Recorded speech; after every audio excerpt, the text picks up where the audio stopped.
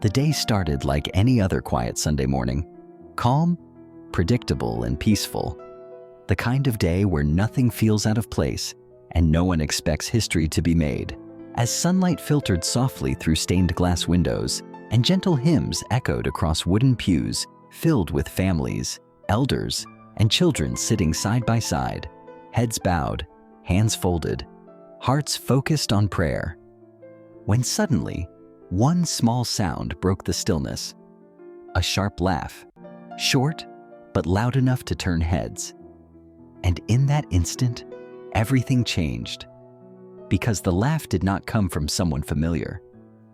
It came from a woman standing near the back of the church. A woman dressed differently, carrying herself with visible confidence. A woman who clearly did not come to pray but to observe. And as eyes slowly turned toward her, confusion filled the room, followed by discomfort. Because the timing could not have been worse, the priest had just raised his hands during the most sacred moment of the Mass. The moment. Believers are taught to treat with silence and reverence, and that laugh echoed again. Longer this time, almost mocking, freezing the entire congregation as whispers rippled through the rows. And before anyone could react, murmurs grew louder, faces tightened, and tension spread like fire through dry grass. Because what no one realized yet was that this moment would expose years of buried fear, misunderstanding, and quiet resentment between belief systems that had lived side by side but never truly understood each other. And as ushers slowly moved toward the woman, she did not apologize or lower her eyes. Instead, she smiled and spoke words that cut through the air, sharper than any blade, saying she found the ritual strange, unnecessary, and confusing, explaining openly that her faith taught her differently, that she was Muslim, and that what she saw before her felt unfamiliar and even uncomfortable. And with those words, the atmosphere shifted completely, because what had been a peaceful gathering instantly became a space of emotional collision, where belief met. Belief without warning, and the reaction from the crowd was immediate and intense. Some stood up in anger, others shouted for silence. A few cried, and many simply stared in disbelief, unsure how a place built on forgiveness suddenly felt so fragile. And as security hesitated at the aisle, unsure whether to remove her or calm the crowd, the priest lowered his hands and stepped forward, his voice steady but shaken, trying to restore order while emotions continued to boil beneath the surface. And outside the church walls, unknown to everyone inside, more people had begun gathering, some drawn by noise, others by curiosity, including members of the woman's community who had come with her earlier but stayed outside, unaware that a single laugh had ignited a moment that would soon travel far beyond this building, reaching social media, news outlets, and conversations across cities and countries, because this was no longer just about a laugh during Mass. It was about respect, belief, boundaries, and how quickly peace can disappear when people stop listening and start reacting. And as voices clashed inside the church and phones quietly began recording, one question hung in the air, heavier than the incense smoke. Was this an innocent misunderstanding or a deliberate act meant to challenge faith itself? And as emotions escalated, no one could predict what would happen next. Not the priest, not the woman, not the congregation. Because in moments like these, history does not announce itself. It simply unfolds, leaving everyone to deal with the consequences afterward. And as the noise inside the church grew louder, the meaning of the moment shifted from shock to confrontation. Not physical, but emotional, because words carry weight and belief carries identity. And when those collide without preparation, even the strongest walls feel weak. And the woman, now fully aware of the attention she had drawn, began explaining herself loudly, saying she did not come to insult but to question, that she had always wondered why Christians worshipped the way they did, why they believed bread and wine held divine meaning, and why silence was demanded in moments she personally did not understand. And while some in the crowd tried to listen, others felt deeply offended, not because of her faith, but because of the place and timing, and this difference mattered because what unfolded next was not about religion versus religion, but about respect versus disruption.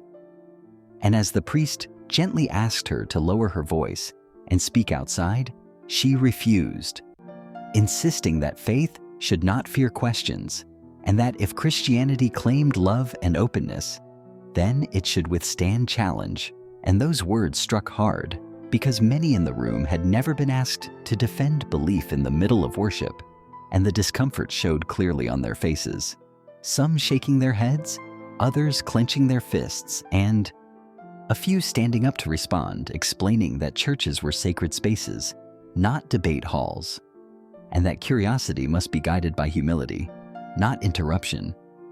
And outside, the crowd had grown larger, some hearing fragments of what was happening and misinterpreting it, assuming hostility, assuming disrespect, assuming danger.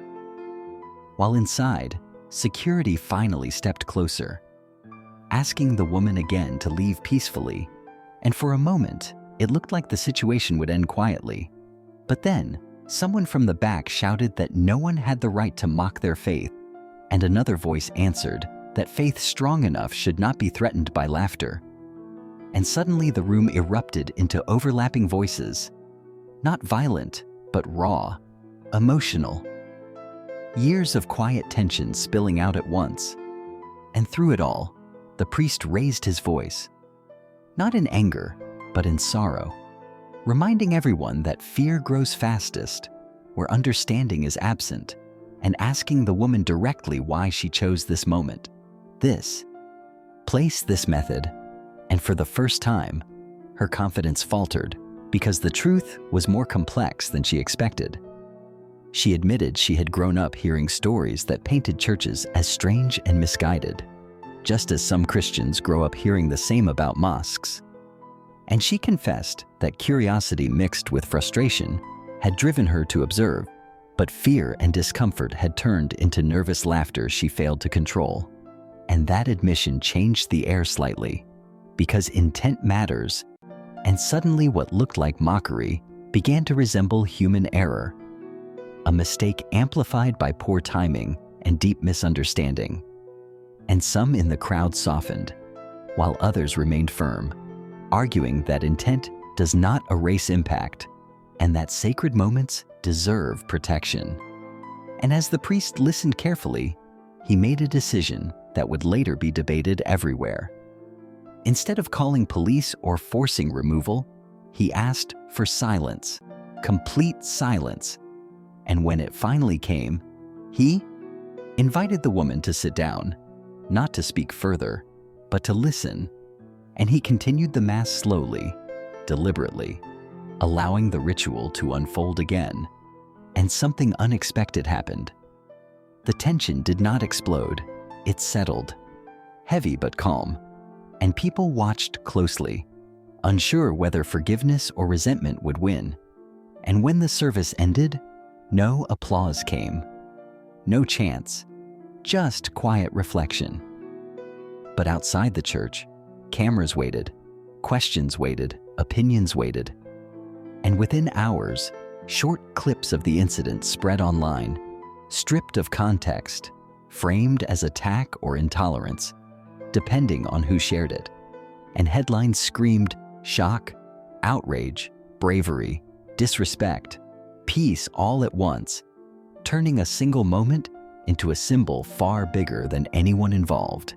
And days later, the woman released a statement explaining her actions, apologizing for the disruption, but standing by her belief that dialogue matters, while the church released its own message, calling for respect across faiths, and reminding the public that calm response prevented chaos, and debates erupted everywhere, on radio, television, comment sections, and family tables, with people asking hard questions about boundaries, belief, freedom, and coexistence.